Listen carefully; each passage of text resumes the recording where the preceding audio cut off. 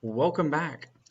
Today's video is going to be on the magic of the reports in Janus. This phenomenal program has the ability to uh, give a detailed report of one's particular zodiac chart. Now, what separates Janus from most programs is the way in which it does it. There's three ways to do it. There's by planet, where it says, for the sun, for the moon, for each planet. There is by house. Starts with the first house, the second house, third house. And then there is by category. So first it goes from signs, then houses, and so on and so forth. I've chosen to do this one from by planet because it's just simpler to show you guys how it works. Okay. So for example, here we have Albert Einstein. And as we start to cruise it here, we go, okay, we cruise down. And it says birth data, gives us a copy of the chart. So if you want to render these as PDFs, it makes it a little bit easier. It starts with the ascendant. Ascendant in Cancer, primary motivations to feel emotionally secure, sensitive, emotional, oversensitive, easily hurt by people, or crazy Nazis. No, just kidding. So it gives you what it'll do. In the new version of Janus, this is Janus 5. In the new version, it gives you this really neat way of looking at a particular chart, and these things called Sabian symbols. And if you don't know what Sabian symbols are, for each degree of the zodiac, and there's 360 throughout the chart here, for every degree there is what's called a Sabian symbol, and that is basically one image to govern that particular degree, that 1 out of 360.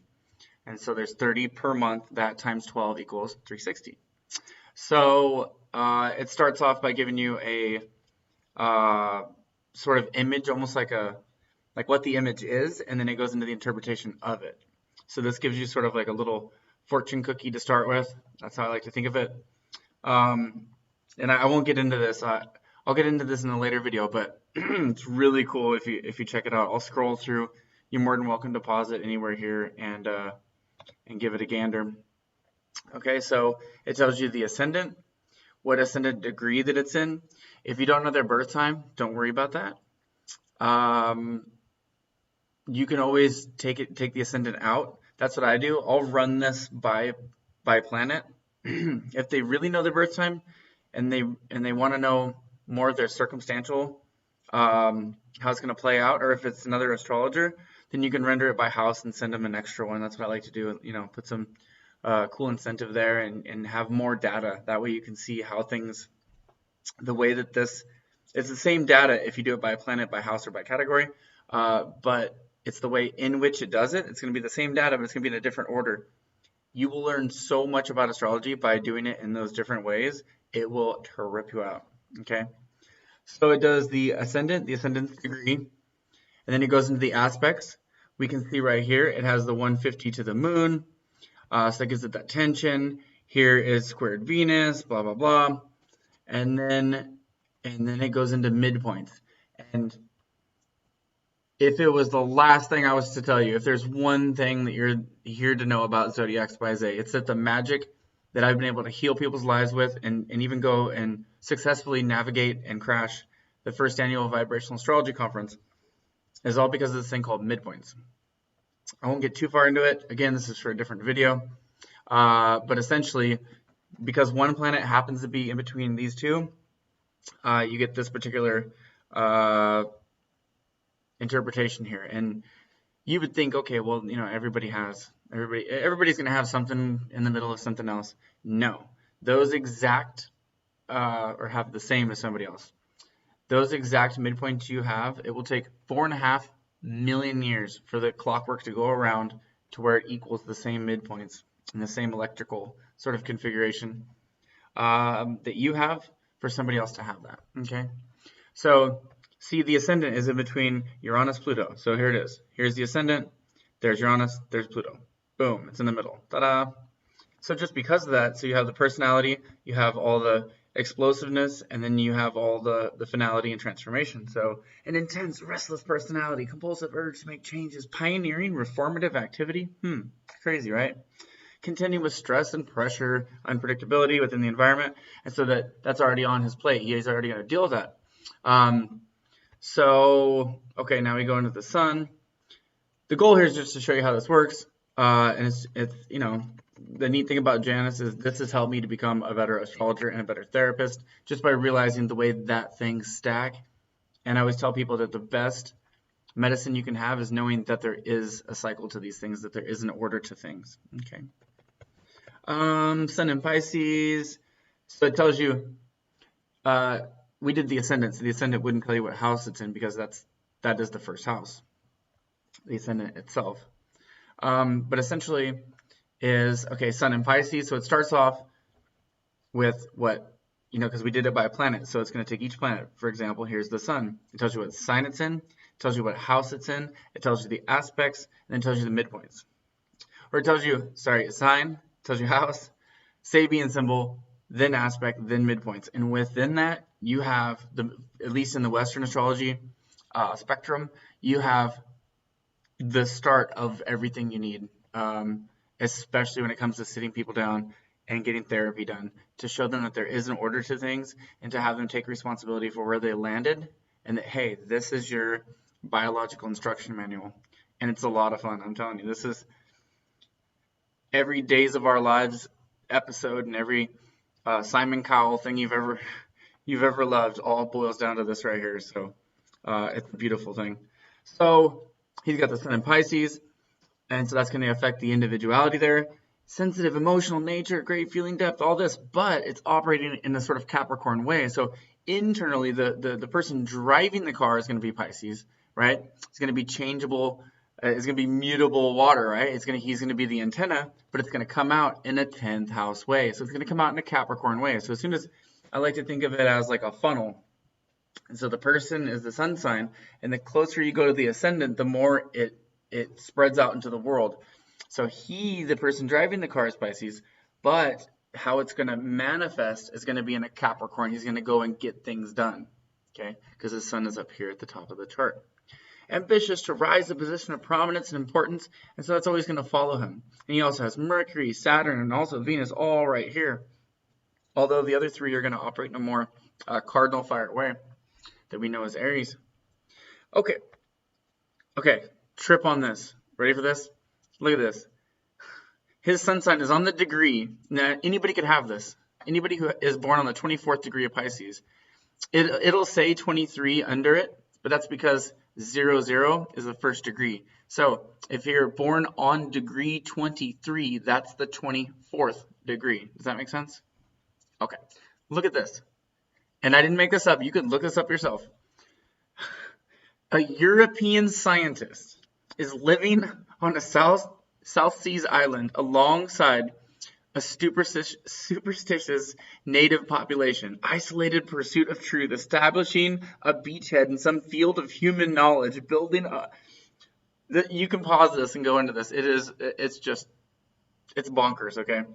So then, that's in a good harmonic relationship with Mars, so it's giving him all the energy to do that. Abundance of energy, And then, anyway, so on and so forth, okay? It gets down to the midpoints, an expressive, elusive communicator. Fluctuating levels of confidence, okay? So you can see everything that, basically the midpoints are going to be where the wiring is at. If it were an orchestra, the midpoints are going to be sort of like the actual sheet music. It's going to be the actual amounts of things. Where are the volumes? Where's the mix down? You know, whereas the aspects are sort of the harmonies between the planets, and then the actual positions are what instruments they're playing. That's just the way that I've looked at it and the way that it's came to me. Okay, so let's carry on here. So it gets into the moon in Sagittarius. I'm not going to do a whole thing on Einstein. That's for its own video, but it's just to show you how cool this is. And any of these, you can look up any. I also do celebrity charts if you want Einstein's chart. That's, you know, a couple bucks or whatever. But essentially, is you can go through anybody's. You can look up your synastry with your favorite celebrity. You know, I'm not going to get into how many celebrities I've run a composite chart or done a synastry, but then you see who they are in your life, and I'll do another video on that. But it's just a lot of fun. The whole point I'm here, the whole reason I'm making this video is to show you this is a lot of fun. And so, and this is a huge advertisement for Janus, my favorite software in the whole wide world. Okay, so cruising on, so you're gonna get the degree of his moon, which is on the degree 16 of Sagittarius, or degree 14, excuse me. One of a kind individuals who pop up out of nowhere. It's great. Penetrating observations from odd perspectives. This is just, it's bonkers. Okay, so we're gonna cruise down again. You can pause anywhere in here, and I'm sure it will. Yeah, I'm not gonna bore you with the whole thing, but it's a good read if nothing else. And the whole point is we're all each one of us has this. I call it the biological instruction manual. If you know what a Chilton's manual is, for any vehicle, for any car, there's what's called a Chilton's manual. And that particular manual tells you where every nut and bolt in that car is. If you're going to work on a car, you have to have the Chilton's manual. So I've likened that's what the astrological report is, especially with Janus, is that it just lets you know where every nut and bolt is, better than any other program I've found. And this is guided. I've helped so many people. I've spent weekends of doing nothing but this in Vegas at Burning Man, just sitting around and I've brought grown Marines just pouring to tears, and just, even the most stern individuals and teachers, and I have a different way of going about it. For each person, you have to intuit it, which is very tough. But what this does is allows you both a shortcut and a map to be able to do that in a really quick way. It's really neat. Okay, so we get down here. Now it's going to tell you, this is going to tell you the qualities and elements, and it just gives you a base average of what the percentages are on the whole thing. Okay, so it'll tell you, for instance, he's lost my way there. You can imagine how fun that is when you're going through and you're at a party and you're like, hold on. A lot of fun. Okay, so 42% cardinal. So basically, the qualities are, you have what's called the scissors, where I like to think of cardinal as the scissors. It starts the seasons. So that's when the days and nights are shortest, longest, and equal. So your solstices and your equinoxes, also known as. And then you have rock, which is the fixed signs, which are the middle of the season. When the seasons haven't changed for a while, they're not going to change for a while. And those are your 4 beasts from Revelations and or the Sphinx. So you have the bull, the lion, the eagle, or the scorpion, and the human. And finally, you have the mutable, which are crazy gypsies like me. When the seasons are about to change, if you have a bunch of planets, a majority of the planets in those signs, it's like pedaling the bike backwards. And it is very gypsy, and it's hard to own pickups. That's the thing I always say. I'll say it here. It's tougher to own pickups, just because of it's just, yeah. I'm not gonna get into that. That's one of my go-tos. I'm trying to share with you how I do this because life is short, and I'm just trying to go through this here. Okay, so and then it tells you the elements. Now, this is where it gets fun. So you would think, okay, there's all the, there's all the aspects and everything. But what's really cool is how it gets into the rulerships here. Now, if you're aware of what the house cusps are, those are the divisions, what time you're born divides the same 12 divisions of the zodiacs, but in physical experience. And so whatever sign was up on the east horizon, it starts up there, and then it divides those 12. So where the pie slices, each of the 12 divisions of the pie slices land, actually, it seems very theoretical and it seems very abstract, but it's one of the more concrete things, believe it or not. That's something I started to realize in doing these reports, is I was like, wow, that's pretty interesting, that the most abstract parts of it are the ones that are actually the most grounded.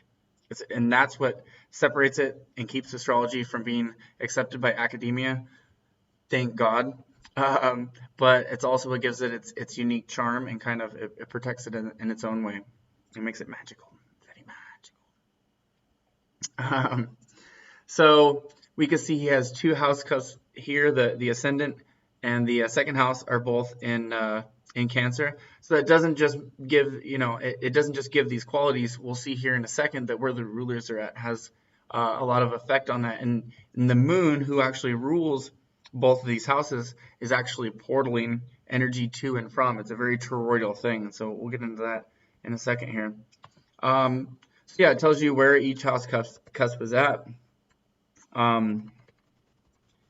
A partner is likely a good manager of finances. The 8th house here, ruled by Capricorn.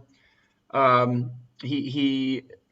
had a number of wives, but I believe the final wife that he had, because his earlier wife didn't really believe in him too much. But his final wife, just let him pace. He was a master pacer.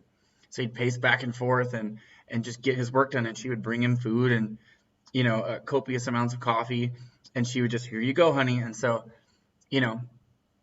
were he to have read this, I'm not saying he didn't. I mean, obviously not through Janice, but the more you understand about yourself, the more that you discontinue doing things inadvertently by the majority and start doing the majority of things on purpose. And that's what separates the efficient human from the almost efficient, or it would take you 200 years of life experience, and even then you wouldn't have the map. So you might as well just read the map and start doing it on purpose and acting your age, or knowing your role, or knowing what time it is, are the three I like to throw around. Okay, carrying on here. Now here's where it gets fun. Okay, the first house cusp ruler, so this is here, he has ascendant Cancer. The ruler is in the 6th house, which this little, look at 1, 2, 3, 4, 5, 6. This 6th house cusp is the Virgo pie slice. And that means that he might not have planets in Virgo, right? But it's going to operate, this moon, even though it's in Sagittarius, it's going to be a very, very philosophical personality, but it's going to be of service. That sensitivity and that sort of changeable fire is going to want to do things. It's where things will change the most is where the moon is at. And so it will come out in a way that wants to work really hard. And that's going to govern both the ascendant and the 2nd house. Realize motivation in life through developing and expressing useful skills, well suited to being of service to others, appreciation of your work. Job may be connected with the health or service sectors, or servicing through technology. You work for your money. Being paid employment gives you a sense of financial security, well suited to service industries or working in the health sectors. So both of those, because the 6th pie slice, the Virgo, is all about health. Okay, anyways, well groomed for public positions of responsibility, blah, blah, blah. So again, I'm just breezing through this to show you how it works. And then you get up into, now this is by far, this is right now my favorite thing.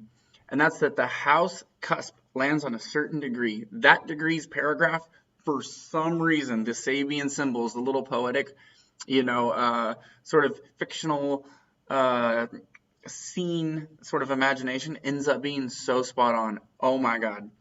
I could literally spend a whole day going through these, but it is so freaking neat. Okay. If you go through these, I'll breeze through these. But it's so freaking cool. If you want to pause and look at any of these, it's amazing what a little bit of,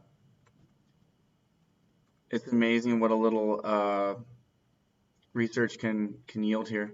Anyways, and then it goes into the signs and their meanings and all that good stuff. So, but yeah, the important part is understanding that there is a system to these things, and through the medium of Genesis reports, we can achieve that quicker and more readily. So, hope you've enjoyed. Thank you.